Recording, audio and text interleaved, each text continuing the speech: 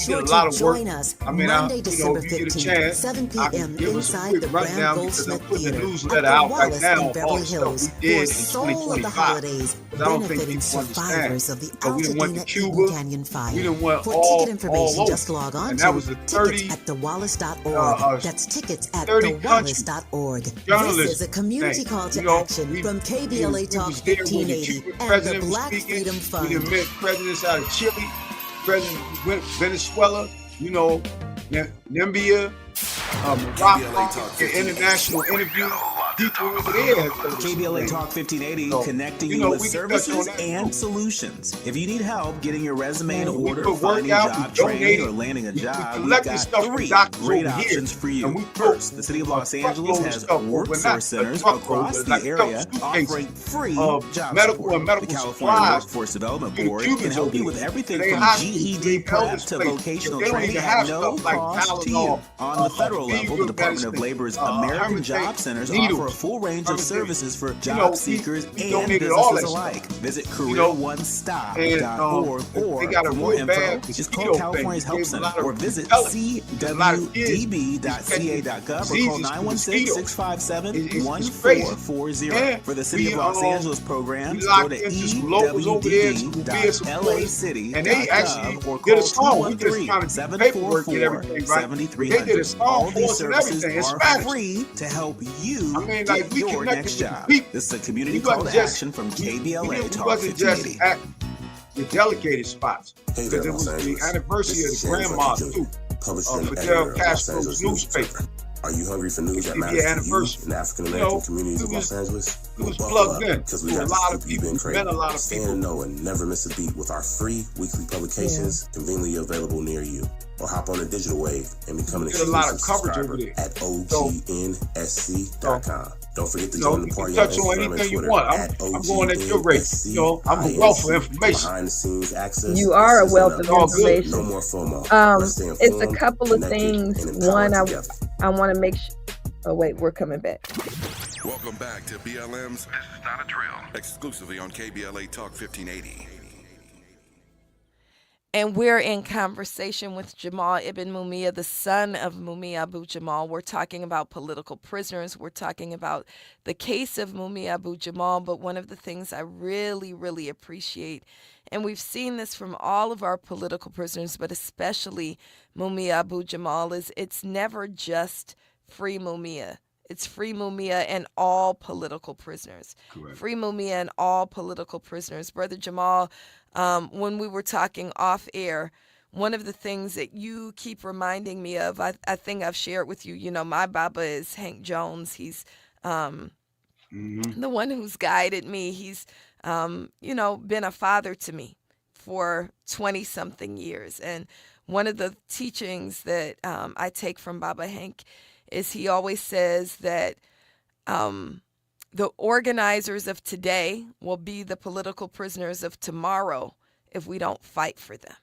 And so we have to fight to free your dad, but also free all political prisoners, because we will be, right? That you mentioned during the break that, there's targets on all of our backs, that they don't want us around here telling the truth. We went out talking about how much the sharing of information and the teaching of truth is a threat to white supremacist capitalism, is a threat to the fascism that we see plaguing the planet. So can you just hop into that a little bit, why this work has to be done? Because it's about your father, but it's also about more than your father, Mumia Abu Jamal.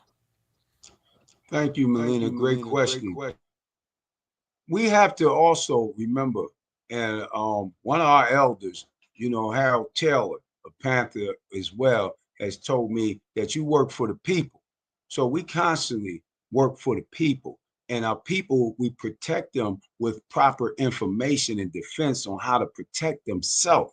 Because I think a lot of people forget the last part of the Black Panther Party title, the Black Panther Party for self-defense. So one of the ways you defend yourself is you know what to say if you get pulled over. And you need to keep it real brief. And you need to just say, am I being detained? Once they say yes or no, okay, I need to call a lawyer. If they say no, thank you, I don't need to talk, I'm gone. Because what happens is we always think that we were taught with manners and we being, proper and all this. They got a job to do, okay? Like you see a landlord with an apartment building, he trying to fill them buildings up. They apartment buildings is them prisons, okay? They got a job to do. They got to fill those prisons up. And guess what they like filling them up with? Black and brown. They love it because they can control the narrative. They can threaten them into all type of coercions. They can torture them. They can do all these evil things and play the ignorant game. I don't know what his problem is. He's too, he tried to attack me, and they all play on that. So when we look at Mumia, we got to look at the source of it. Mumia was giving the journalist information. What is the journalist information? It's the truth to your people. You have a duty, if you're a journalist, to report the truth. And they didn't like that. Okay, so they don't care that he's framed. They don't care that he's innocent. They want people that's going to educate our people to get out the way, because people that's ignorant is easy to gaslight. They easy to deal with emotion because they can't articulate that these people just violated them. So this is why they play that game. So what we do is, with Freedom from Frame Up, we go out and workshops. We go to local libraries. We create educational, political educational, because it ain't just about us. Like I said before earlier, is the brother Kamal Siddiqui. It was the Imam, Jamil Alameen. All these people are in prison because of their political work and what they can do to help us. They want to keep anger. They want to keep confusion, but they don't want to keep the work. So what we say is, if you align with our views, then work with our views. But if you doing your thing and we not knocking nobody, just do your thing over there. Because we looking for the people that's not famous. We looking for the people that family and say, look, my son has been falsely accused. My son is innocent. Now we deal with things on a case-by-case basis. But at the same time, there are many of them in there like that. I knew people that I know didn't do the crime, but they were so scared to fight for themselves. They like, man, look, if I fight these people, man, they're going to give me life, or they're going to give me this, or they're going to give me that. So we are not educated properly. And that's what I miss about back in the day. Back in the day when I was young, the elders had an opportunity, but they also had a job to educate us. And now they try to, but a lot of us don't listen. And then we have times now that people out here, myself and other organizations, is trying to have these demonstrations like we're going to be out there at the BML Black Power Center. We trying to educate you. You go to all these other people's stuff and don't get no education because you looking for all this merch, or you looking for this picture with this person and this person. We trying to educate people, and we're trying to continue to do that. We have people's lives that's actually behind the wall. Brother Jamal, we know that there's cases that we're familiar with, like your father, Mumia Abu Jamal. We're familiar with Jamil Alameen. We're familiar with Kamal Siddiqui. We're familiar with especially those political prisoners who went in during that period, who were attached to the Black Power movement. One of the things that we're also recognizing is that there's a new class of political prisoners. So people think that that's it, that political prisoners are in the past and there's a few that we still have to free. But we got to remember that political prisoners, and how we identify political prisoners, and I'd love to hear your thoughts on this, is not just the people who went in for a political accusation, right? It's also the people who go in and then are politicized inside the walls. So when we think about George Jackson didn't go in initially for something political other than being a black man, a young black boy, really. But it was his work within the prison that terrified the system of white supremacist capitalism. We have people inside the prisons now, like the co-founder of our Black Lives Matter prison chapter, Brother Ajamu J. Burton, who went in when they were 16, became politicized inside, but then become, someone who is a threat to the system of white supremacist capitalism. I really appreciate your framing, no pun intended, your framing of how things work, that it's that truth-telling that's a threat to the system. So it's not just people of the past, of our parents' generations. It's also us that have to be conscious that this country makes political prisoners. Is that correct? Yes.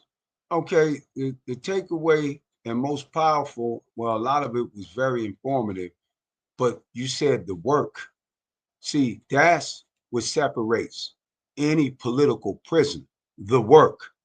You look at their work. A lot of people don't understand. I was out here at 19 years old. I did the longshoreman thing with a partisan defense committee, you know, out here in the bay and the shores and all of that, because they had all the unions that was fighting for Mumia, right?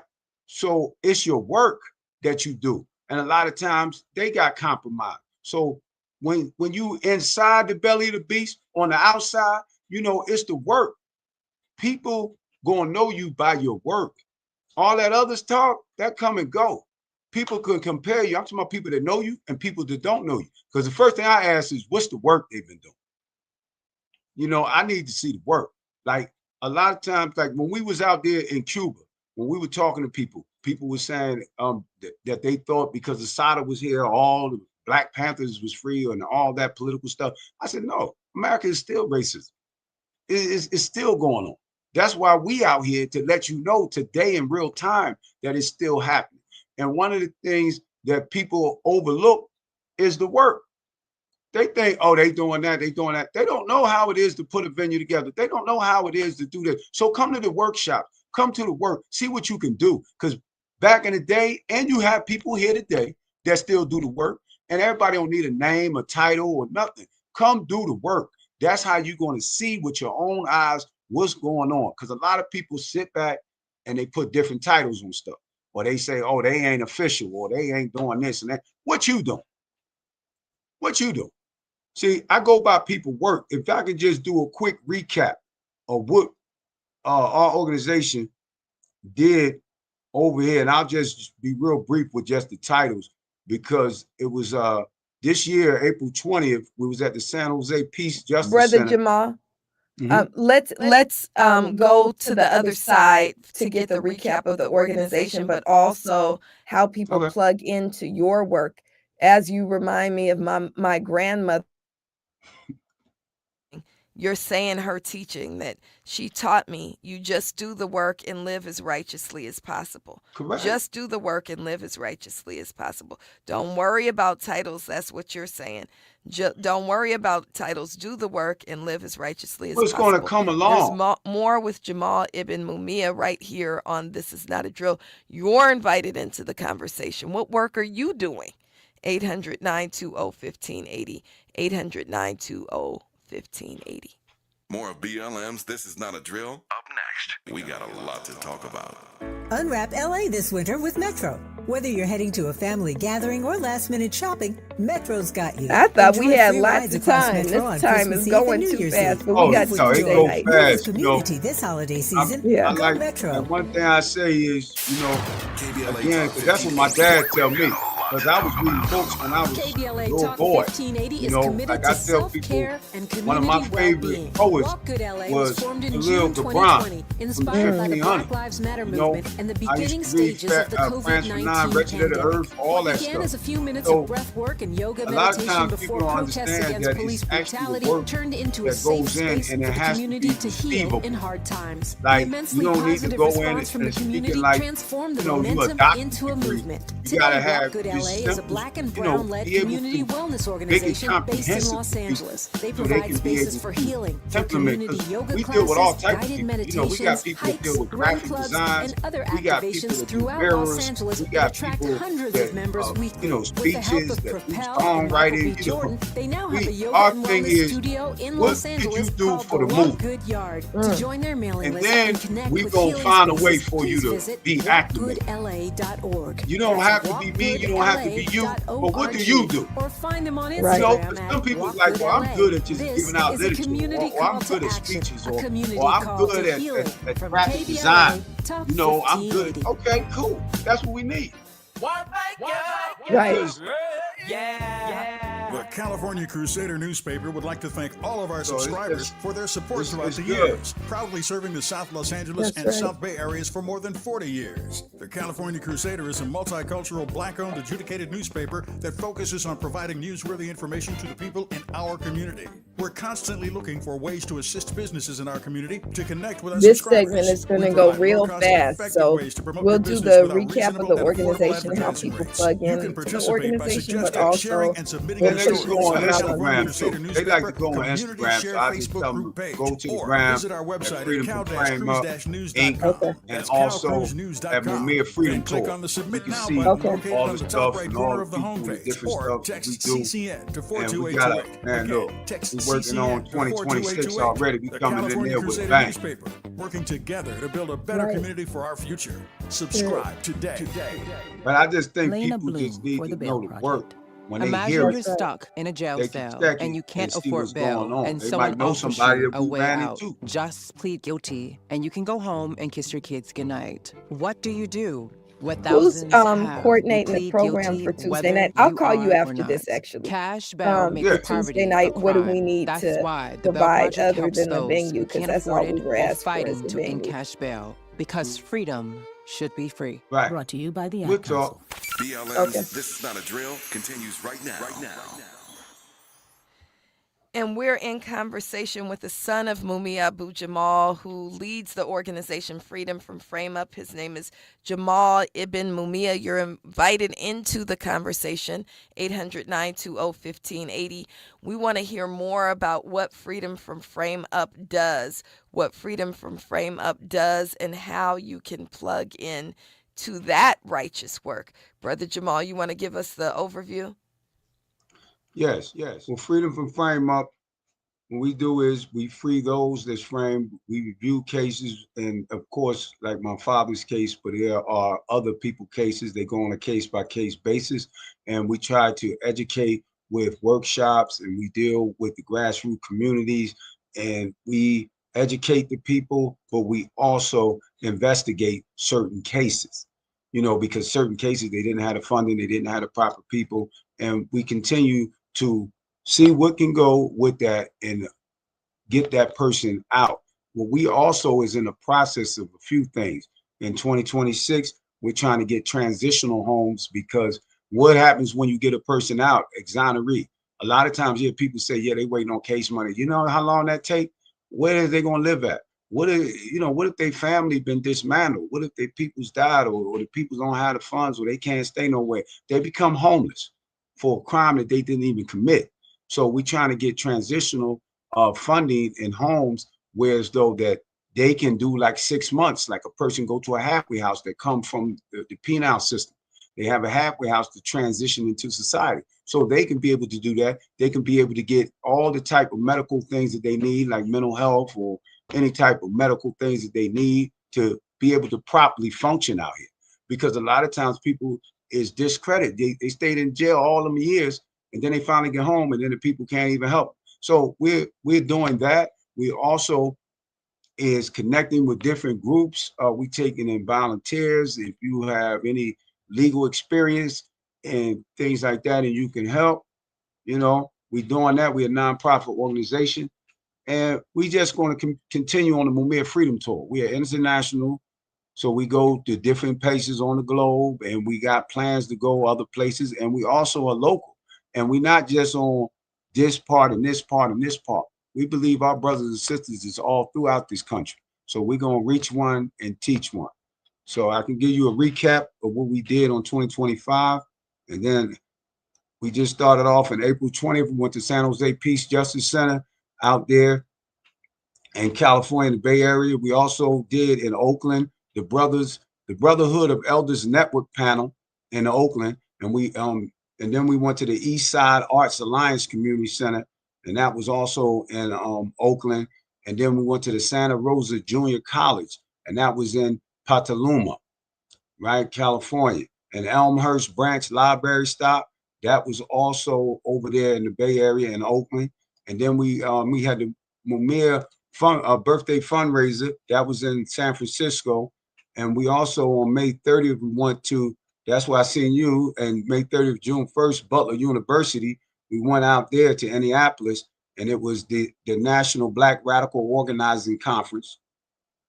And then we went to, in June, we went out there to Juneteenth to Piedmont Park in Atlanta, and we we got us a venue, and we were out there educating the people, grassroots, and you know, hitting them up to all the people that's in, not just political prisoners, but also Black people and how we can support this. And also we was out at the Philly Connection in San Francisco Fusion Festival, and that was out there in San Francisco, and that was with different people, Davey D, Sway in the morning. We had a lot of different people out there, and we had Emory Douglas. He was one of the artists that got an award.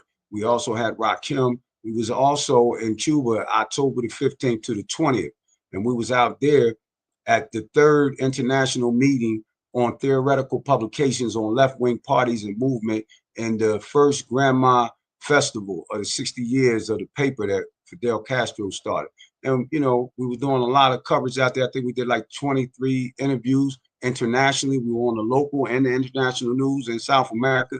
And we constantly, now we headed to Vegas on December the 8th.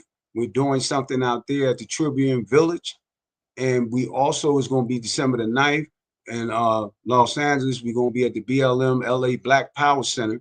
And then on December the 11th, we're going to be out there in Silicon Valley. We're doing an End Imperialism panel.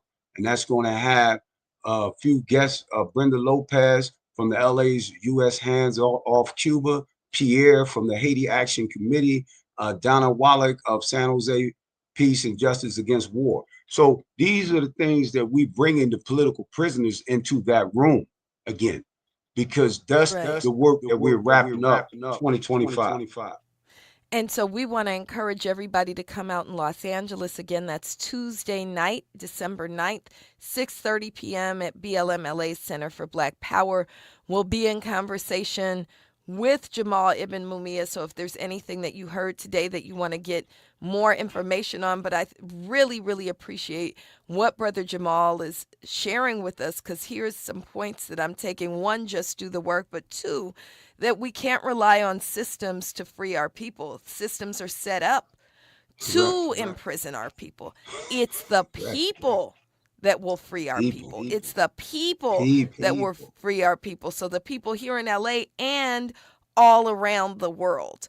All around the world. So, Brother Jamal, I'm grateful that you spent the hour with us. I'm grateful that we'll, inshallah, see each other on Tuesday night, and look forward to being in more conversation with you. Grateful to have been in studio with Lamika Castillo.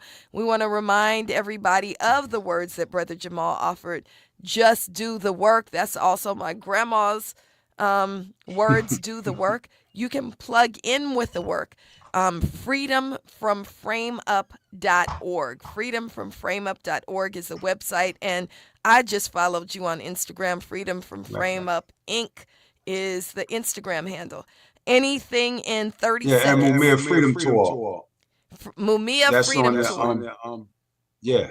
And, okay, and Mumia we Freedom just ask people to just follow us so you can be informed of our upcoming events. And, you know, we're approachable, but at the same time, we stand on principle, you know, respect your elders, but still do the work. You know, you got to do the work. Here's more work we want you to do. We want to remind you, it's Black Xmas. Don't you spend no money at Walmart or Target or any white supremacist corporation. Right. We build black, we buy black, and we bank black. Right. So move your money. If you got to buy something, get it from a black-led, a black business. And if you don't need to spend no money, donate to black organizations. And you can go to blackxmas.org for more. We're going to be canvassing at Walmart, telling people don't spend their money there. We're going to canvass at Fox Hills Mall tomorrow to tell people, look, you don't have to spend your money at Target here. And you can also plug in with our protest. Tuesday night we'll be at, again, listening to, engaging with Brother Jamal. Wednesday, we'll have our protest in front of the Hall of Injustice. And then our Black Lives Matter organizing meeting is next Sunday, December 14th, also at the Center for Black Power. Last quick word, Sister Lamika. Build black, buy black, bank black. Yes, and follow BLM Grassroots. Follow BLM Los Angeles for local work. I'm Doc Melly Mel on all social media. Grateful to be on KBLA. This is part of Building Black, right? Black-owned media, Black journalism is hugely important. That's who Brother Mumia is. Until next week, peace out, y'all. KBLA 1580 Santa Monica. All right. I'm Timmy S. So we see you in a couple days, God willing. New Orleans. Their presence has caused. Oh yeah, I see. So okay. good. All right. Bye-bye. All right.